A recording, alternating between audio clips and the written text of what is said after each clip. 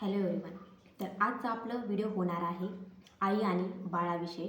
तर तुम्हाला मी आजच्या व्हिडिओमध्ये सांगणार आहे माझं स्वतःचा अनुभव की आईनो स्तनपान बाळाचं अचानकपणे सोडल्याच्या नंतर काय होऊ शकते तुमच्यासोबत आणि तुमच्या बाळासोबत. आज मी माझा अनुभव आणि सत्य सांगणार आहे. शेवटपर्यंत व्हिडिओ नक्की बघा. माझ्या बाबतीत दुधाचे गाठ्या बनलेले आहेत म्हणून हा व्हिडिओ बनवत आहे. तर लास्टपर्यंत व्हिडिओ नक्की बघा की माझ्यासोबत काय काय झालेले आहे तुम्हाला मी आजच्या व्हिडिओमध्ये पूर्ण सांगणार. ही चूक तुम्ही करू नका. तर पहिला मुद्दा आहे स्तनपान अचानकपणे सोडल्याने काय होऊ शकते आईसोबत. तर छातीमध्ये दूध साचणे, छातीमध्ये दुधाचे गाठ्या पडणे, तीव्र वेदना होणे, सूज आणि जळजळ होणे, ताप येणे, इन्फेक्शन होणे, कधीकधी ऑपरेशनपर्यंतसुद्धा परिस्थिती जाऊ शकते. तर हे गलती तुम्ही करू नका. बघा, मी हे चूक केलेली आहे. तर हे गलती कधीपासून केलो आहे मी तुम्हाला हे सांगणार आहे. हे गलती माझ्यासोबत झालेली आहे. ऑगस्टमध्ये 3 दिवस मी बाळाला दूध दिलो नव्हतो. अचानकपणे दूध सोडल्याने 3 दिवसामध्ये दूध आलं का नाही, जमलं का नाही, येत आहे का नाही मला समजलं नाही. 3 दिवसाच्या नंतर माझ्या स्तनमध्ये गाठ्या बनून तयार झाले होते आणि ते गाठ्या इगरलेच नाहीत. बाळाला त्याच्यानंतर मी दूध दिलो तरीही इगरले नाहीत. आणि मी आजूबाजूच्यांना विचारल्याने आयाबायांना विचारल्याने त्याने म्हणले की घरामध्ये शेकून घे, पट्टी कर, हे कर ते कर, त्याच्याने काहीच फरक झालेले नाही. अचानकपणे दूध सोडल्याने गाठी बनतील तर तुरंत डॉक्टरला दाखवणं गरजेचं आहे. ही दुसरी गलती आहे. पहिलं तर अचानकपणे दूध सोडून गलती केलो आणि दुसरी गलती डॉक्टरला तुरंत मी दाखवलो नाही, हे सुद्धा दुसरी गलती आहे माझी. तर ऑगस्टचा पुरा महिना मी दाखवूनच घेतलो नाही डॉक्टरपाशी. मी घरातले जे इलाज राहते ते करत राहिलो तर घेतलो नाही. 1 महिन्यामध्ये खूप त्रास झालं आणि खूप मोठे जे पत्ता राहते ना त्या चपटा ढोंड्यासारखीच दुधाची गाठ बनलेली राहते आणि मला तसंच झालेले आहे बरं का. तर ऑगस्टचं पूर्ण महिना मी दाखवून घेतलो नाही हॉस्पिटलमध्ये. त्याच्यानंतर मला जेव्हा जास्त वेदना झाली, जास्त गाठी झाली, त्याच्यानंतर मी हॉस्पिटलमध्ये गेलो. तर मी त्या डॉक्टरांना दाखवलो. मी मोठ्या डॉक्टरकडे गेलो नव्हतो काय होईल काय नाही असं म्हणून. तर छोट्या छोट्या डॉक्टरांना दाखवल्यानंतर त्यांनी म्हणले की स्कॅनिंग करून घ्या. स्कॅनिंग केल्यानेच माहीत होते की मध्ये काय होत आहे. तर आम्ही 2 स्कॅनिंग करून घेतल्या. स्कॅनिंग केल्याच्या नंतर तेच गोळ्या खात राहिलो मी. त्या गोळ्यानं काही फरक पडलेला नाही.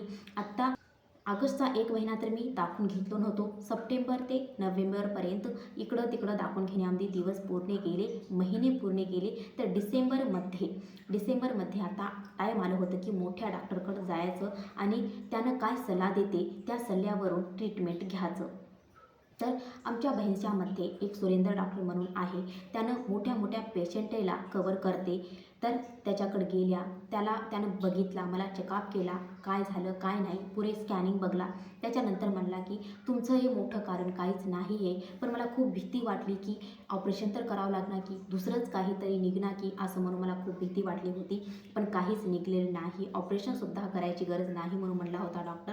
आत्ता मी 15 दिवस झाले त्या डॉक्टरांची गोळ्या घेत आहे आणि घरामध्ये एक इलाज करत आहे. काय करणं म्हणजे मी बॉटलीमध्ये गरम पाणी टाकून त्या बॉटलीचं शेक देत आहे आणि त्या डॉक्टरचे टॅबलेट्स आणि बॉटलीचा शेक आत्ता 15 दिवसामध्ये खूप फरक आलेले आहे मला.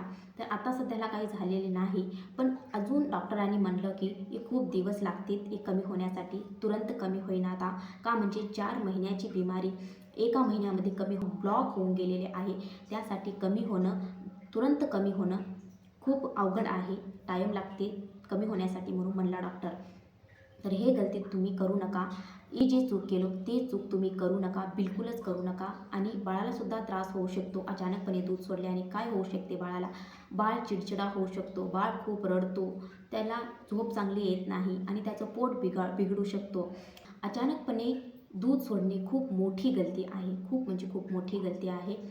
एकदम दूध बंद करू नका आणि डॉक्टरच्या सल्ल्याने निर्णय घ्या. लोकांच्या सांगण्यावरून विश्वास ठेवू नका.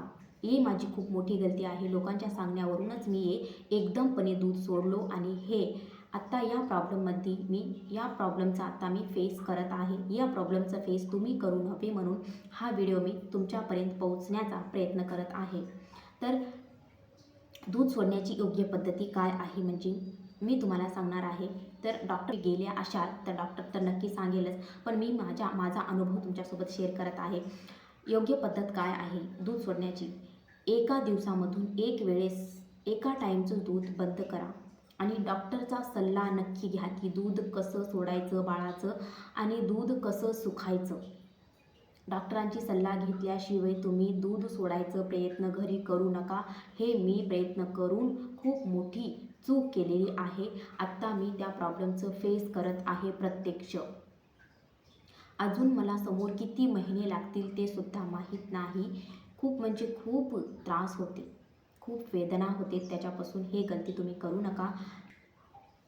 हे सांगण्यासाठी हे व्हिडिओ बनवत आहे. माझा अनुभव तुमच्यासोबत शेअर करत आहे. हे व्हिडिओ प्रत्येक आईपर्यंत पोचवा आणि हे व्हिडिओ तुम्हाला कसं वाटलं, हे माहिती कशी वाटली, माझा अनुभव कसा वाटला कॉमेंटमध्ये नक्की सांगा. लाईक करा, शेअर करा आणि चॅनेलला सबस्क्राईब करायला विसरू नका. चला भेटूया आपण दुसऱ्या व्हिडिओमध्ये. तोपर्यंत बाय बाय.